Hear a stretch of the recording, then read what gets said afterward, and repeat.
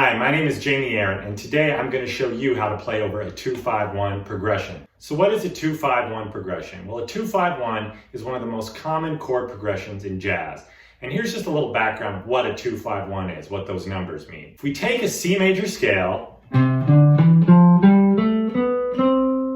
and we harmonize each of those notes in the scale by thirds, we get C major 7, D minor 7, E minor 7, F major 7, G7, A minor 7, B half diminished or B minor 7 flat 5, and C major 7.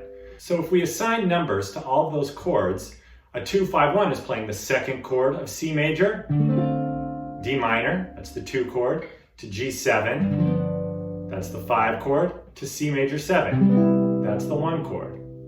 So when it comes to improvising, we could play over this entire progression diatonically, meaning the notes from the scale. All the notes over the scale will work. Here's how that sounds.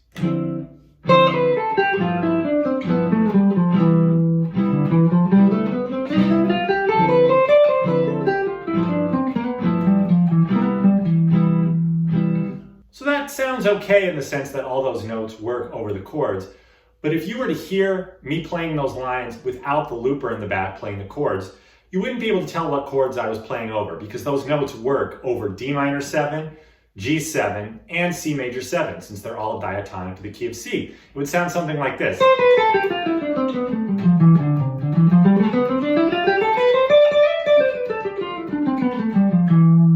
So you can't really tell what chords I'm playing over. Let's start by identifying the chords in our single note playing by playing arpeggios of each chord. So let's play D minor 7, D the root, F the minor 3rd, A the 5th, and C the flatted 7th. Then let's play G7, G the root, B the 3rd, D the 5th, and G the flatted 7th. And then let's play a C major 7 arpeggio. C the root, E the 3rd, G the 5th, and B the 7th, the major 7th. G7, and then C major 7. We'll go up and then down. So here it is with the chord changes.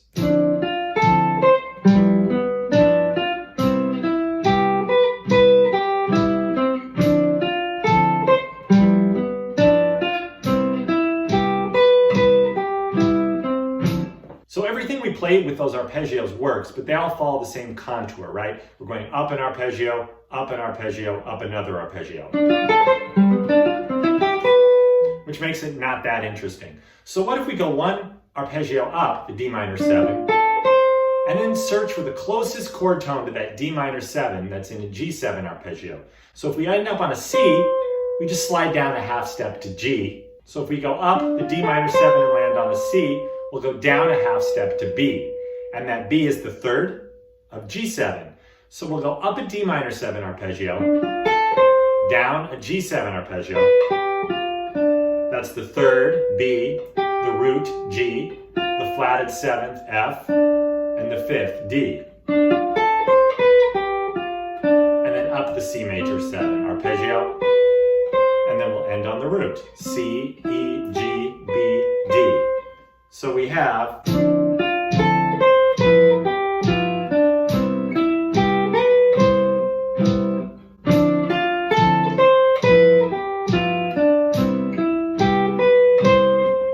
So now we're playing over the changes, we're hitting those chord changes, but it's still not as interesting to listen to as it could be. So what we'll do is when we get to the 5 chord, we're going to add the flat 9.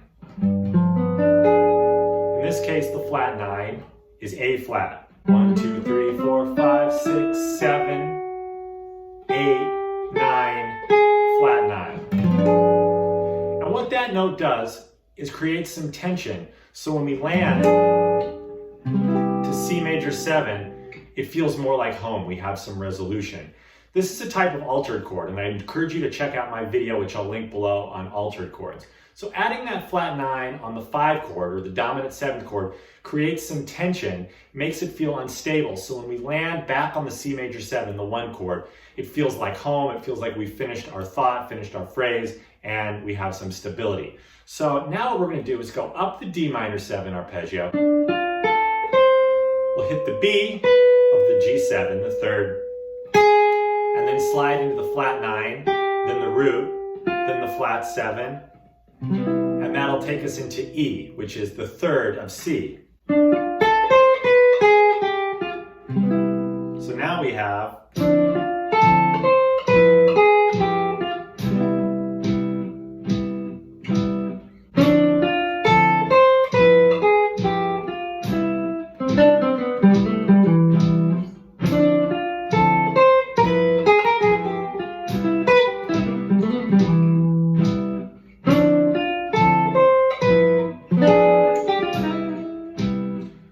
basically what we've done is we've taken an arpeggio, and then instead of going to the next arpeggio in the same order, we play it backwards.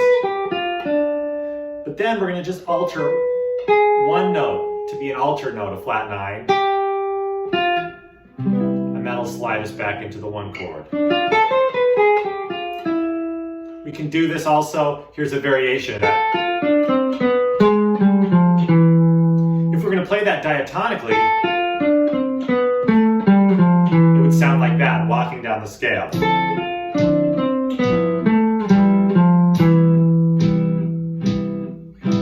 But to add tension, we'll put in the flat 9. There's that A flat. And that'll bring us a little bit of tension over that 5 chord, so it sounds great when it resolves back home to the 1.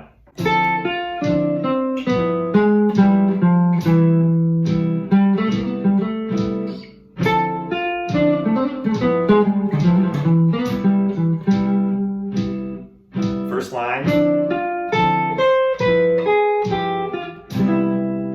and here's that second example.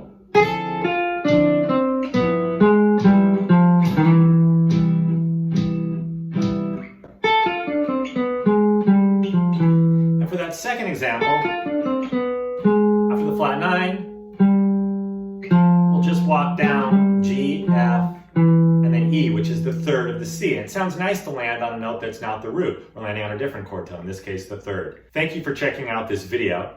I hope it was helpful, and I continue to transcribe all the jazz greats, learn from their lines, and see how those lines reflect the chord changes and how those outside notes function, often as altered notes over the 5 chord to create more tension to get you back to 1.